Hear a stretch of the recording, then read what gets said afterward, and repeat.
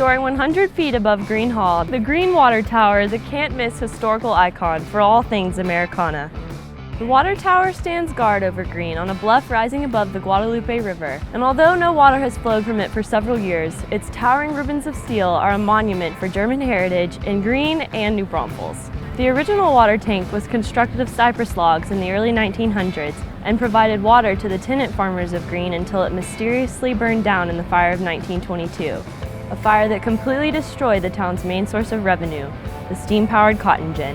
The charred remains of the cypress tank can be seen near the original boiler house, which is now used as the main entrance of the Gristmill River Restaurant and Bar. The steel water tower we see ascending above the town today is what replaced the small cypress tank and was built by the Pittsburgh Des Moines erectors in 1924. This beacon of light is what served as a proud representation of Gruene's strength and rapid growth. During Christmas, the tower is lit up green and red to celebrate the holiday season, because we haven't been able to find anybody that could sew a Santa hat large enough to put on top. After struggling with cancer for a few years and with a sensitive immune system, H.D. Gruene, the founder of Gruene, lost his battle to pneumonia in the fall of 1920. Hopelessness struck the community of Gruene after this devastating loss. For years, the town of Gruene was abandoned, left behind with ancient memories of wealth and prosperity. Though visitors would come and go, the community remained a ghost town for over 40 years.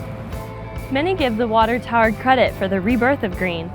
In 1972, architect Chip Kaufman noticed the top of the Gruene Water Tower while kayaking down the Guadalupe River and became interested in what stood below it.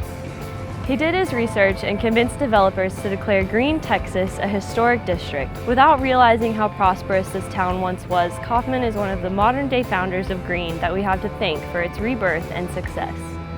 The rebirth was no walk in the park. It took a lot of effort. Well, in 1977, the gentleman that owned the grist mill also owned the water tower.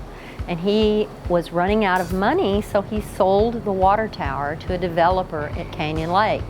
And so when Pat came to work one day, he saw this crane attached to the top of the water tower. And that's why you see the dent in the tower. That's where the crane was attached. And they were dismantling the tower to ship it up to Canyon Lake. And so it was at that point where we decided the tower needed to stay because it was actually a landmark on the National Register of Historic Places, and it also was signifying where Gruene is. So Pat went to court and got an injunction against the man that owned it, and they settled out of court, and Pat ended up buying the water tower. Today, the Gruene Water Tower is a symbol of rags to riches for this long abandoned city.